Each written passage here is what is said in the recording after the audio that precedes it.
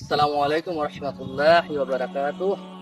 কিছু কথা বলবো বর্তমান পরিস্থিতি এবং সিচুয়েশন নিয়ে, আমাদের দেখার দৃষ্টিভঙ্গি এবং আমাদের চিন্তা ভাবনার জগৎ নিয়ে কিছু কথা বলবো। এখন অবস্থাটা হয়েছে এরকম, টাকা পয়সা, নেম, প্রেম, প্রভাব প্রতিপত্তি, এগুলা হয়ে গেছে রেসপেক্ট এবং সম্মানের মানদণ্ড।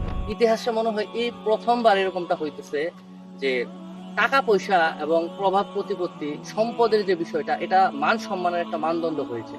হিস্ট্রিতে এরকমটা কখনো হয় নাই যে যার কাছে টাকা নাই, যার কাছে পাওয়ার নাই, যার কাছে শক্তি সামর্থ্য নাই, হয়তো বা ওইরকম পর্যায়ের বা সোলজার নাই, সে হচ্ছে সম্মান পাবে না বা রেসপেক্ট পাবে না, এরকমটা কখনো হয় নাই। যুগে যুগে দেখা গেছে মানুষ ইলমের কদর করছে, ব্রেনের কদর করছে, মানুষের চিন্তা ভাবনা এবং সুন্দর সাবলীল ব্যবহার আচার আচরণ থেকে শুরু করে যে সমস্ত অ্যাক্টিভিটি সমাজ পরিবর্তনের জন্য কাজে লাগে এবং যে সমস্ত অ্যাক্টিভিটি সমাজে সুফল বয়ে আনে, ওই টাইপের মানুষগুলো এবং ওই শ্রেণীর মানুষগুলোকে মানুষ পছন্দ করতেন। কিন্তু এখন মানুষ হচ্ছে কে টিকটক করতেছে, কে হচ্ছে ফেসবুক সেলিব্রিটি, কে ইনস্টাগ্রাম সেলিব্রিটি, এবং কার হচ্ছে বিলিয়ন মিলিয়ন ট্রিলিয়ন টাকা আছে, এবং কার হচ্ছে গাড়ি কোম্পানি আছে, আর হচ্ছে ফেসবুক কোম্পানি আছে।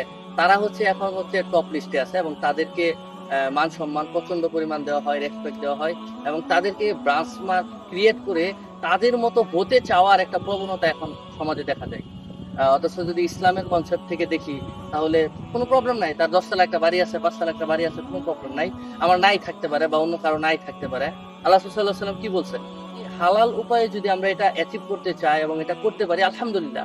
এটার জন্য শরীয়ত আমাদেরকে কোনো বাধ্যবাধকতা বা কোনো রেস্ট্রিকশনের মধ্যে রাখে নাই।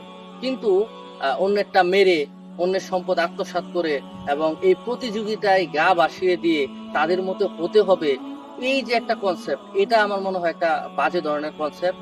হ্যাঁ, তো এটা থেকে আমাদের বেরিয়ে আসা উচিত এবং জ্ঞানীদের কদর করা উচিত, ইলমের কদর করা উচিত, এবং ওই সমস্ত মানুষের প্রতি আমাদের রেসপেক্ট রাখা উচিত যারা কিনা টাকা পয়সাকে মুখ্য করে দেখে না, যারা কিনা হচ্ছে মানুষের চিন্তা ভাবনা এবং অনুভূতি, তারপরে হচ্ছে দিনকে দেখার যে দৃষ্টিভঙ্গি, এটাকে হচ্ছে চমৎকার ভাবে ফুটিয়ে তোলে এবং এটাকেই তারা ইমানের মধ্যে ধারণ করে। আসসালামু আলাইকুম ওয়া রাহমাতুল্লাহ।